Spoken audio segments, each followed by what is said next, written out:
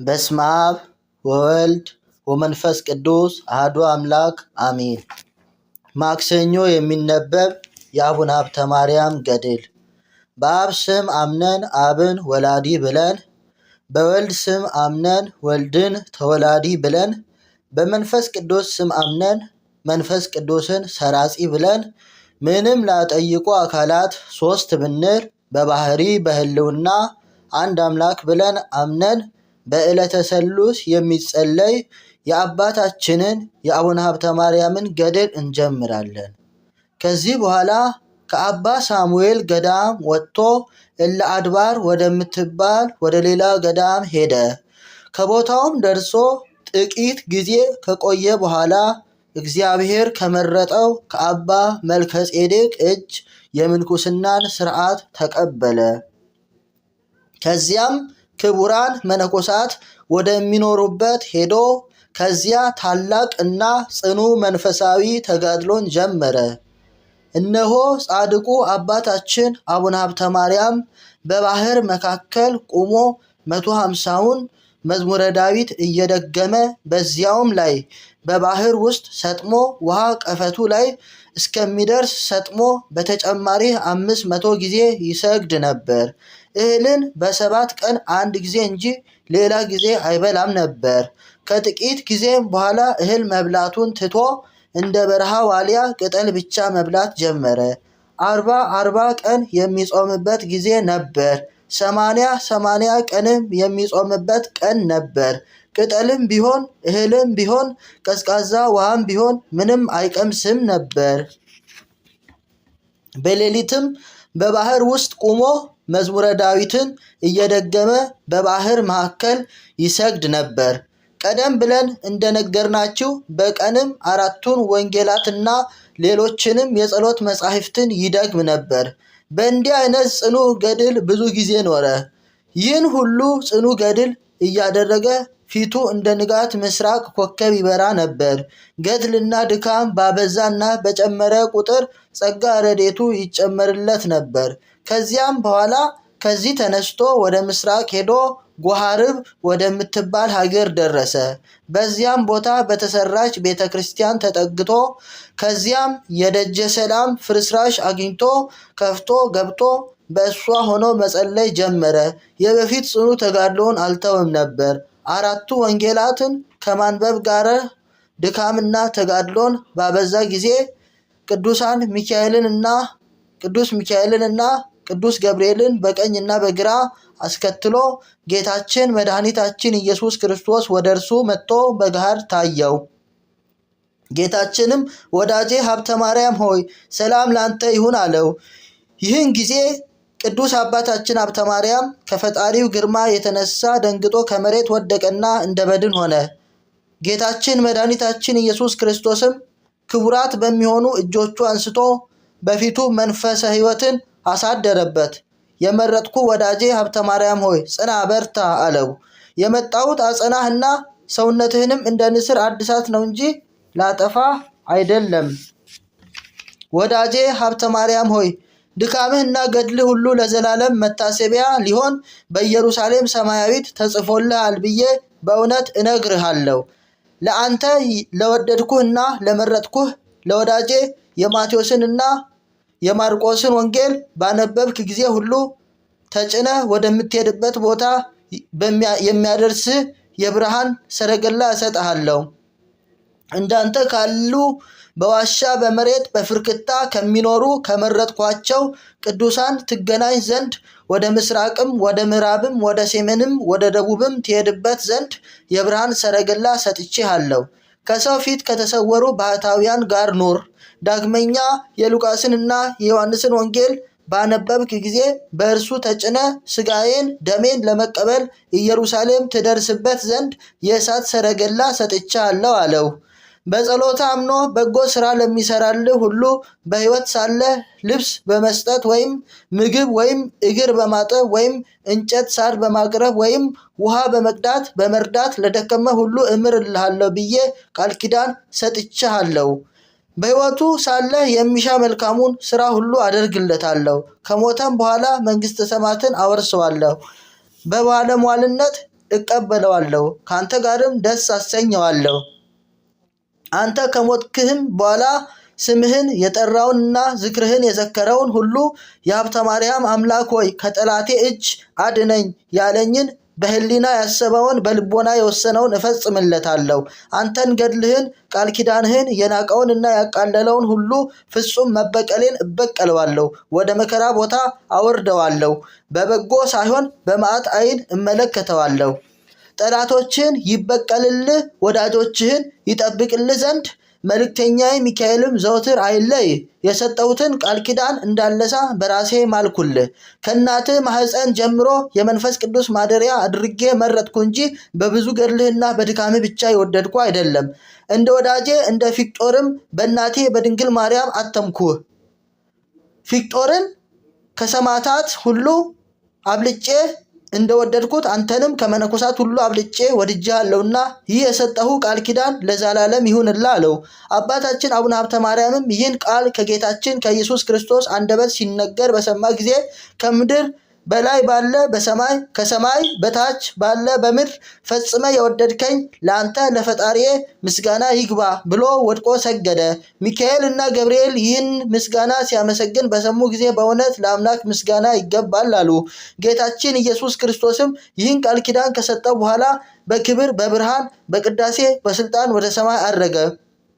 አባታችንም ዘወትር በትጋት በጾምና በጸሎት በዚያ ኖረ። ነፍሱንም ከዛሬ ጀምሮ ሁል ጊዜ እንደ መላእክት ዘወትር አትተኚ፣ ከፈጣሪሽ ከእግዚአብሔር ጋር ፊት ለፊት አፍ ለአፍ ትነጋገሪ ዘንድ ደፍረሻልና ያደረግሽው በጎ ነገር ሳይኖርሽ ከእርሱ ከፈጣሪሽ ሳይገባሽ ቃል ኪዳን ተቀብለሻልና አትተኚ ይላት ነበር። ተመልሰን የአባታችን የአቡነ ሀብተ ማርያምን የገድሉን ነገር እንናገር። ከዚህ በኋላ መውጊያ ያለው የብረት ሰንሰለት አበጀ። ይኸውም በመካከሉ ያለው ስለት ሰልፍ ይመስላል። ልተኛ በወደድኩ ጊዜ እንዲወጋኝ ብሎ እንደ ዝናር በወገቡ ታጠቀው። ስለዚህ እንቅልፉን አቋርጦ እንደ መላእክት ትጉ ሆነ። በመሸም ጊዜ 150ውን መዝሙረ ዳዊት 15ቱን ነቢያት 5ቱን መኃልየ ሰሎሞን እስኪፈጽም ድረስ ከቀዝቃዛ ባህር መካከል ቆሞ ይደግም ነበር። ጎህ በቀደደ ጊዜ እንዳይታወቅበት ከባህሩ ወጥቶ ከጎጆ ገብቶ በሩን ዘግቶ 4ቱን ወንጌላት ይደግም ነበር። እንዲህ የሰራ ብዙ ዘመን ኖረ። ቅዱስ ሚካኤልም ሁልጊዜ ይጎበኘው ነበር። ወንድሞቹ መነኮሳት ወዳጆቹ ምዕመናን ሊጠይቁት በመጡ ጊዜ ቅዱስ ሚካኤል አባታችን ሀብተ ማርያምን እነገሌ ከበር ቆመዋል፣ ጉዳያቸውም እንደዚህ ነው፣ ወጥተህ አናግራቸው እያለ ያማክረው ነበር። እንዲህ ብሎ ቢጠይቅህ አንተም እንዲህ ብለህ መልስለት ይለው ነበር። እርሱም ቅዱስ ሚካኤል እንደነገረው ወጥቶ ወንድሞቹን ያገኛቸው ነበር። ቅዱስ ሚካኤል ለአባ ሀብተ ማርያም አስቀድሞ እንደነገረው ወንድሞቹ የሚሽቱትን ይነግሩት ነበር። የመላእክት አለቃ ቅዱስ ሚካኤል እንዳዘዘው ሀብተ ማርያምም ለወንድሙ እንዲህ ይለው ነበር። ከዕለታት በአንድ ቀን ቅዱስ ሚካኤል ዕጣን በሚታጠንበት ጊዜ አቡነ ሀብተ ማርያምን ከቤተ መቅደስ አስገብቶ ከሥላሴ መንበር ፊት ስገድ አለው። አባታችን አቡነ ሀብተ ማርያምም ከሥላሴ መንበር ፊት ሰግዶ በፍርሃትና በረዓድ ሆኖ ቆመ። ዳግመኛ ቅዱስ ሚካኤል የሚያጥነውን ቄስ በቤተ ክርስቲያን እጅ ንሳ አለው። ከዚህም በኋላ አባ ሀብተ ማርያም በቤተ ክርስቲያን ቄሱን እጅ ከነሳው በኋላ ቅዱስ ሚካኤል ወጥተህ ወደ ቀድሞ ቦታ ግባ አለው። የመላእክት ልማዳቸው ነውና የሚያጥነው ቄስ ቤተ ክርስቲያን መግባታቸውንና መውጣታቸውን ምንም አላወቀም። ለመራዳትም ለመበቀልም በተላኩ ጊዜ እግዚአብሔር አዟቸው ሊገለጡለት ለወደዱት ነው እንጂ ተገልጠው ለማንም በገሃድ አይታዩምና። ከጥቂት ቀን በኋላ ቅዱስ ሚካኤል አባ ሀብተ ማርያምን ይስሐቅ የሚባል ጳጳስ መጥቶልሃልና ሂደህ ከእርሱ ተባርከ የዲቁና ማዕረግ ተቀበል አለው። እርሱም ጌታዬ እሺ አለ። ቅዱስ ሚካኤል ካዘዘው በቀር ምንም አይሰራም ነበርና ባልንጀራ ከባልንጀራው እንደሚነጋገር በራእይም ሆኖ በገሃድም ሆኖ ቅዱስ ሚካኤል የነገረውን አይተላለፍም ነበርና ቅዱስ ሚካኤል እንዳዘዘው አቡነ ይስሐቅ ከሚባል ሊቀ ጳጳስ ዘንድ ሂዶ ማዕርገ ዲቁናን ተቀበለ። ቅዱስ ሚካኤል በረድኤት ከእርሱ ጋር ነውና የዲቁናን ማዕረግ ተቀብሎ ወደ ቦታው ተመለሰ። መንገድም በሚሄድበት ጊዜ አብሮት ይሄድ ነበር። ባየው በሰማው ዘንድ ባለሟልነትን እየሰጠ ያጸናዋል። በአባ ሀብተ ማርያም ላይ ክንፉን ይጋርድ ነበር። ወደ ቤትም በገባ ጊዜ ገብቶ አብሮት ይቀመጥ ነበር። የመላእክትን ስም እየጠራ ሰማያዊ ምስጢርን ይነግረው ነበር። መጽሐፍትን ባነበበ ጊዜ ኃይለ ቃሉን ይተረጉምለት ነበር። የማያውቀውን ነገር የተሰወረውን ምስጢር ያስረዳው ነበር። ከእንስሳት ጩኸት ጀምሮ ከዱር አራዊት ድምፅና እስከ አዕዋፍ ቋንቋ ያስረዳው ነበር።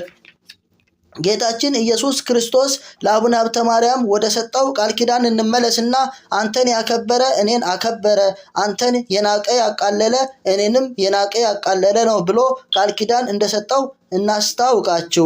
ከቅዱሳት መጻሕፍት በብዙ ምስክሮች አምጥተን ባስረዳናችሁ ነበር። ነገር ግን መጻሕፍትን ከመጠን በላይ ማብዛት ልብ ያዘነጋልና እንዳለ በመጠኑ ተው ነው። ነገር ግን ይህን ታላቅ ጻድቅ የናቀና ያቃለለ ፍዳና መከራ እንዳለበት ያከበረውም ደግሞ ብዙ ጸጋና ምሕረትን እንዲያገኝ ከአቡነ ተክለ ሃይማኖት ልጆች አንዱ ከሚሆን ከአባ ኢያሱ ገድል የዚህ ጻድቅ ልዕልና አግኝተን አቀረብንላችሁ። ይህ አባ ኢያሱ የሚባል ጻድቅ በጽድቁና በትሩፋቱ ከ8ቱ ኖሎት አባግዕ አንድ ነው። ይህ ንዑድ ክቡር የሚሆን አባ ኢያሱ እግዚአብሔርን ደስ በማሰኘት ሰውን በመውደድ ጸንቶ በደብረ ሊባኖስ ኖረ። የሀገሩ ሰዎች በደብረ ሊባኖስ መኖሩን ሰምተው ብዙ ጊዜ ሲያለቅሱ ለነበሩ ለእናትና ለአባቱ የምስራች ነገሯቸው። ለሞተው ሰው ከበሮ እየመቱ በገና እየደረደሩ ብህንዛ መለከት እየነፉ የአማራ ሰዎች ከኬልቄዶን ሰዎች ጋር በለቅሶ ልማድ አንድ ስለሆኑ በእንዲህ አይነት ሲያለቅሱ ኖሩ። ነገር ግን በለቅሶ አንድ ቢሆኑ በሃይማኖት የተለያዩ ናቸው። መኖሩን ከሰሙ በኋላ ከወንድሞቹና ከሀገሩ ሰዎች ብዙ ሰው አስከትለው የደብረ ሊባኖስ መምህር የሚሆኑ ከአባ መርቆሬዎስ ጋር እናት አባቱ ወደ እርሱ መጡ። ደብረ ሊባኖስም በደረሱ ጊዜ ወደ ሀገራቸው እንዲወስዱት ልጃቸው አባ ኢያሱን ይሰጣቸው ዘንድ የደብረ ሊባኖስ እጨጌ አቡነ መርዓ ክርስቶስን ለመኑ። አባ መርዓ ክርስቶስም ይህን ሰምቶ በዓለማዊ ስራ ምንኩስናውን ልታፈርሱ ወደ ተወው ዓለም ልትመልሱት ትወዳላችሁ ብሎ በእናት በአባቱ ላይ ተቆጣ። እኔ እርሱን አልሰጣችሁምና ተመልሳችሁ ወደ ሀገራችሁ ሂዱ አላቸው። ኢያሱ ልጃችን ሀገሩ ደርሶ አንድ ጊዜ ወደ አንተ ይመለሳል ብለው ከመምህሩ ፊት ስጠን ብለው ብዙ ጊዜ አለቀሱ። ከዚህም በኋላ በእግዚአብሔር ፈቃድ ሰጣቸውና ሀገሩም ከደረሰ በኋላ የቀደመ ስራውን አልተወም። ከባህር ውስጥ ቆሞ ሰውነቱን በአለንጋ እየገረፈ ማቅ ለብሶ 400 እየሰገደ ይጋደል ነበር እንጂ የቀድሞውን ስራ አልተወም። ይህም ሁሉ ስራው በሌሊት ነው። በመዓልትና በሌሊት መዝሙረ ዳዊትን ሳያቋርጥ እየደገመ አባቶቻችን ሐዋርያት እንዳዘዙ አቁጣረውን እያደረሰ አንቀጸ ብርሃንን በየጊዜ እየደገመ አቁጣረውን ካደረሰ በኋላ ቀን ወንጌለ ዮሐንስን ይጸልይ ነበር። ከድካም ብዛት የተነሳ ሰውነቱ ሻከረ።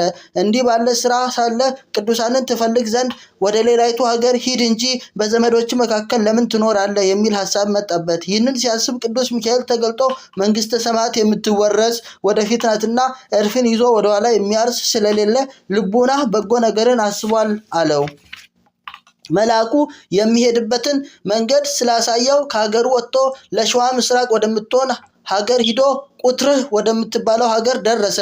ወደ ሀገሪቱ ከመግባቱ አስቀድሞ መንፈስ ቅዱስ ጽንዕት በሰውነቷ እርጅና ደካማ ለምትሆን ሊያ ለምትባል አንዲት ሴት ራእይ ተገለጸላት። ራእይዋም ግሩም የሚሆን መልአክ ተገልጦ የምትፈልጊውን መንፈሳዊ ስራን የሚፈጽምልሽ ዮሐንስ የሚባል መልእክተኛን እነሆ እኔ እልክልሻለሁ የሚል ነው።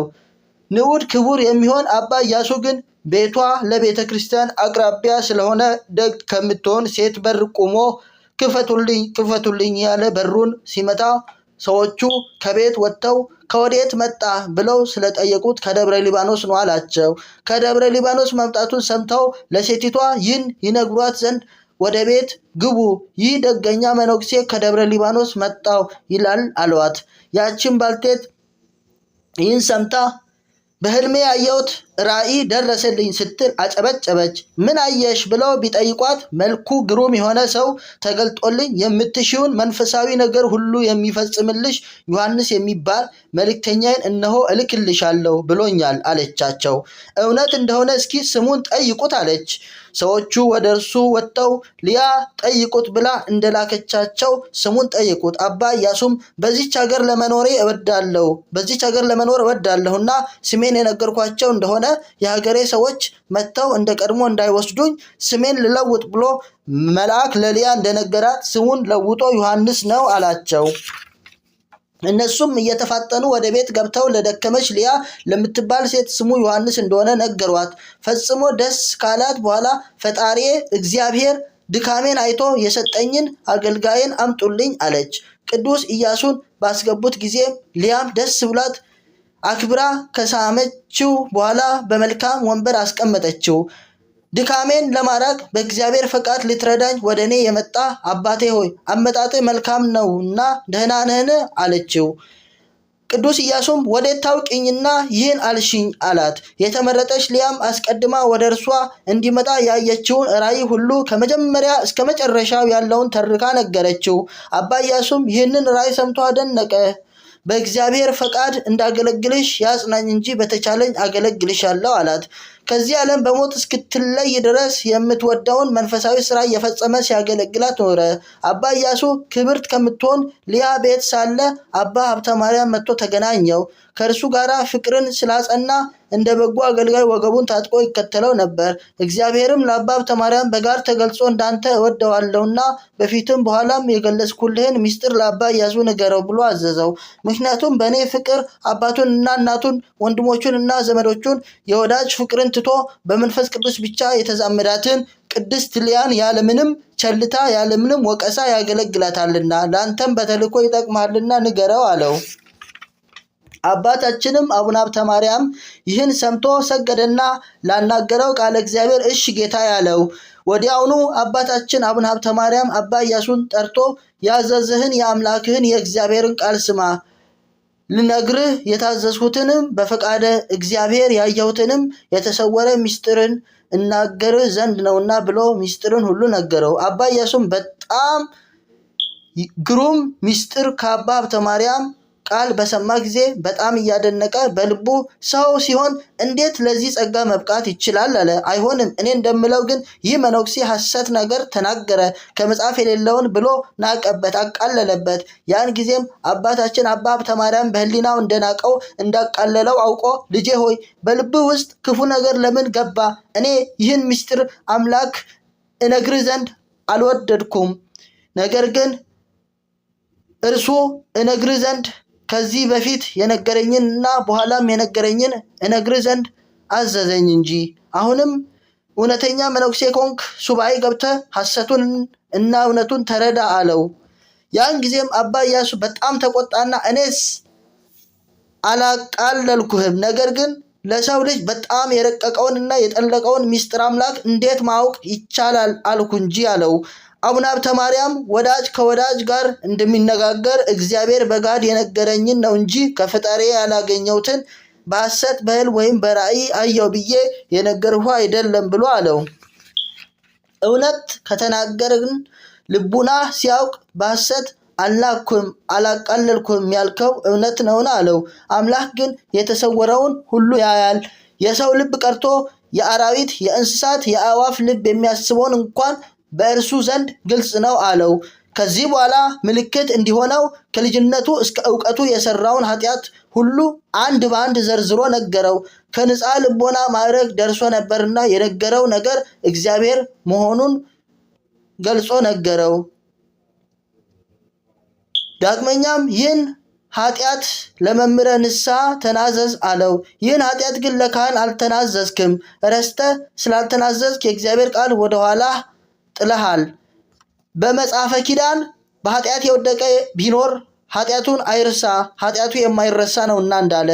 በተዘነጋ ኃጢአት ምክንያት በልብህ የገባ ሰይጣን መንፈስ ቅዱስን እንድትዋሽ አደረገ። ልጄ ኢያሱ ሆይ ነገሬ እውነትም እንደሆነ ወይም ውሸት እንደሆነ እስኪ ተረዳው። ያን ጊዜ አባ ኢያሱ የነገረው ነገር ሁሉ እጹብ ስለሆነበት ሊመልስለት ስላልቻለ ማስተባበል አልሆነለትምና አድንቆ ዝም አለ። አባ ኢያሱም አቡነ ሀብተ ማርያምን አባቴ ሆይ አስቀይሜ ያለውና ስለ ፈጣሪያችን እግዚአብሔር ብለህ ይቅር በለኝ አለው። አቡነ ሀብተ ማርያምም እኔስ የወልደ እግዚአብሔር ተጓዥ ነኝና ምሬሃለሁ፣ ነገር ግን በእኔ አድሮ የነገረህን ቃለ እግዚአብሔር ሐሰተኛ አድርገሃልና እግዚአብሔርን ይቅር በለኝ ማለት አለብህ አለው። አሁንም ተመልሰ ወደ ቤት ግባ፣ ከእኔ ጋር ስለቆየ የምትረዳት ደካማ ሊያ እንዳታዝንብኝ ነገ እንደምን እንዳደርክ መጥተህ ንገረኝ አለው። አባ ኢያሱም ከእርሱ ተለይቶ ወደ ቤቱ ከገባ በኋላ ሊያን በሀገራችሁ አባ ሀብተ ማርያምን ምን ይሉታል ብሎ ጠየቃት። ከነጽሮተ ስሉስ ቅዱስ የደረሰች ሊያም አባ ሀብተ ማርያም ብዙ ምስጢርን የሚያውቅ እግዚአብሔርን የሚፈራ የበቃ መነኩሴ ነው ይሉታል አለችው።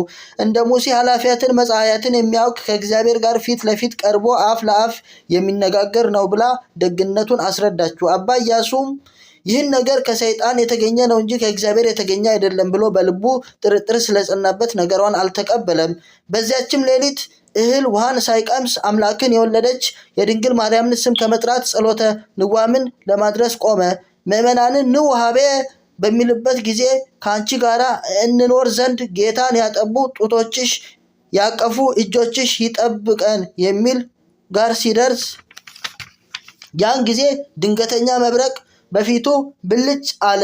የቆመባትን ምድር ተነዋወጠች። እጅግም ፈርቶ ወደ ምድር ወደቀ፣ እንደ በድንም ሆነ። በዚያች ሌሊትም የማያውቀውን ነገር እየሰማ አባ ኢያሱ በግንባሩ ወድቆ አደረ። ወደ ንጋት አካባቢ ሲሆን አባ ኢያሱ ተነሳ የሚል ቃል ሰማ። መልአኩም እጆቹን ይዞ በእግሮቹ አቆመው። በል እስኪ ጻድቅ አባ ሀብተ ማርያምን በመናቅህና በማቃለል ምክንያት የደረሰብህን የፈጣሪ ግርማ ታላቅነትና ኃያልነትን ትመለከት ዘንድ አስተውላለው። አሁንም የሚነግርህን ሁሉ እመነው፣ ነፍስህና ስጋህ ከእርሱ እስከ ዘላለም አይለይምና ስለዚህም ከእርሱ ጋር ትኖራለህ እንጂ። ወዲያውም በገሃድ ታየውና እኔ ቅዱስ ሚካኤል ሊቀ መላእክት ነኝ። አስቀድሜ በልጅነት በሕልምም የታየሁ እኔ ነኝ። አሁን ግን በግልጽ እታይ ዘንድ አምላኬ አዘዘኝ፣ በግልጽ ፊት ለፊት እናገር ዘንድ አለው። አሁንም አምላክህ ሊያጠፋ ፈልጎ ቢሆን ለማጥፋት የተወሰኑትን መላእክተ መዓት ወደ አንተ በላከ ነበር። ነገር ግን የይቅርታና የምህረት መልአክ የሆንኩ እኔን በሰላም እነግርህ ዘንድ አዘዘኝ እና መጣው። አሁንም ኢያሱ ብዙዎች በዚህ ጻድቅ በአባ ሀብተ ማርያም ምክንያት አቃለውት በነፍሳቸው ይጎዳሉ። ብዙዎቹ በተሰጠው ቃል ኪዳንና ክብር ስሙን ጠርተውት በሕይወት ይኖራሉና። ነገር ግን መድኃኔዓለም በራሱ ሲምል ሰማው።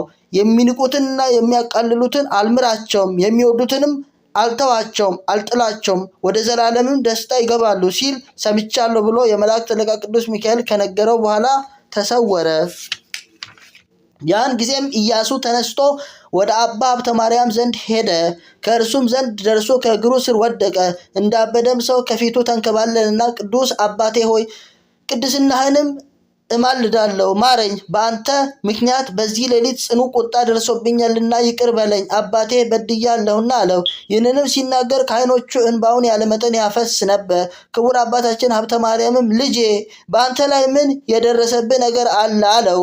ኢያሱም በመጠራጠሩ ምክንያት የደረሰበትን ፈጣሪ ያደረገበትን የብርሃን መብረቅ ከፊቱ እንደወደቀ ቅዱስ ሚካኤል ታይቶ የነገረውን ሁሉ ነገረው። አባታችን አቡነ ሀብተ ማርያምም ልጄ ሆይ የመላእክት አለቃ ቅዱስ ሚካኤልን በምን መልክ በምን አይነት አየኸው? ምን ይመስላል አለው።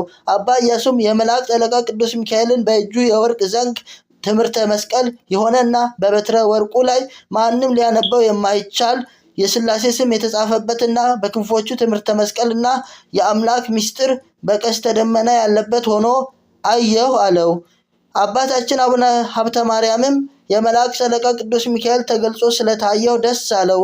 የመላእክት አለቃ ቅዱስ ሚካኤልን በእውነት አይተሃል ብሎ ከወደቀበት ቦታ አንስቶ አንገቱን አቅፎ ሳመው።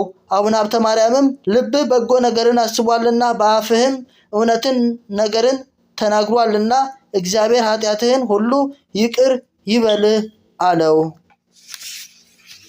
ሐዋርያው ዮሐንስ ቃል ሥጋ ኮነ የሚለውን መምህር እንጂ ቃል ሥጋ ኮነ የማይለውን መምህር አትቀበሉት እንዳለ ከእግዚአብሔር ዘንድ ተረዱ እንጂ።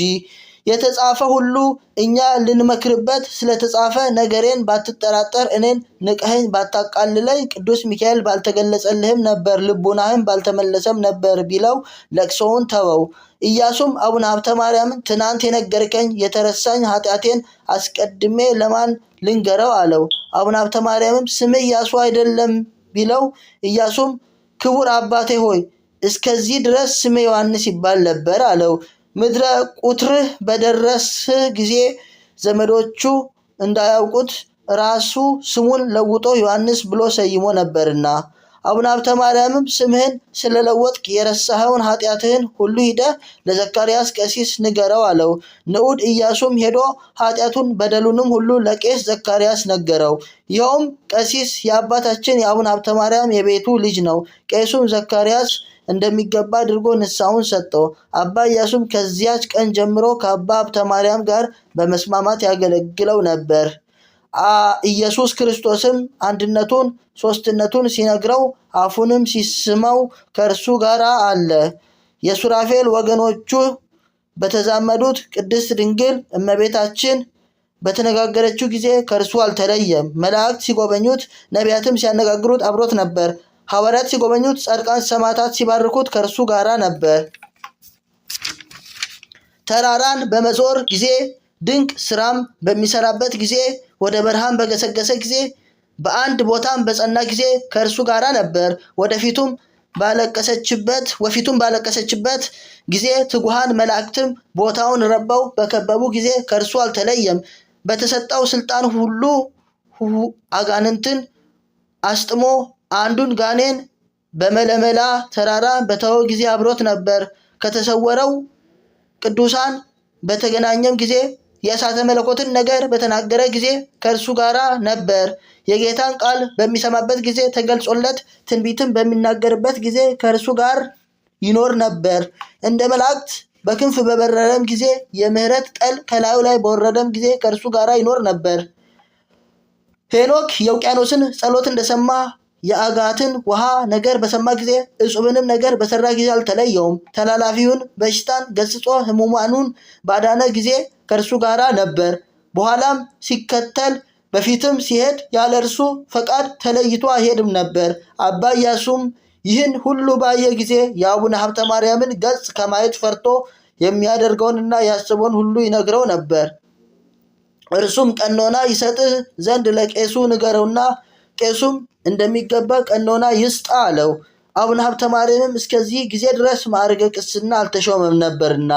በዚያን ዘመን በእግዚአብሔር ፈቃድ ሁለቱም ተነስተው ሂደው በአንድ ቀን የቅስናን ማዕረግ ተሾሙ። አቡነ ሀብተ ማርያምም ቅዱስ ኢያሱን የተሰወሩ ቅዱሳን ወዳሉበት ወደ ውሳጤ ገዳም አስገባው። ከ12ቱ እጅግ ቁጥራቸው የሚበዛ ልዑል እግዚአብሔርን የሚያገለግሉ ብዙ ቅዱሳኖች ነበሩ። ኢልም አባ ዮሐንስ ከማ፣ አባ ሳሙኤል፣ አባ ቴዎድሮስ ይባላሉ። ሁሉንም ስም ለመጥራት ስለማይቻለን ቁጥራቸውም ስለበዛ አልጻፍናቸውም። አቡነ ሀብተ ማርያም እና አባ ኢያሱ በእንዲህ አይነት አብረው እያሉ የኤልያስ በረከት በኤልሳ እንዳደረ ያን ጊዜ የአቡነ ሀብተ ማርያምም ሀብተ መንፈስ በኢያሱ ባደረ ጊዜ እንደ አባቱ እንደ አቡነ ሀብተ ማርያም የተሰወረውን ሁሉ አዋቂ ሆነ። ክቡራን የሚሆኑ የእነኚህ የቅዱሳን ጸሎት ከእኛና ከሕዝበ ክርስቲያኑ ጋር ለዘላለሙ ጸንቶ ይኑር፣ አሜን።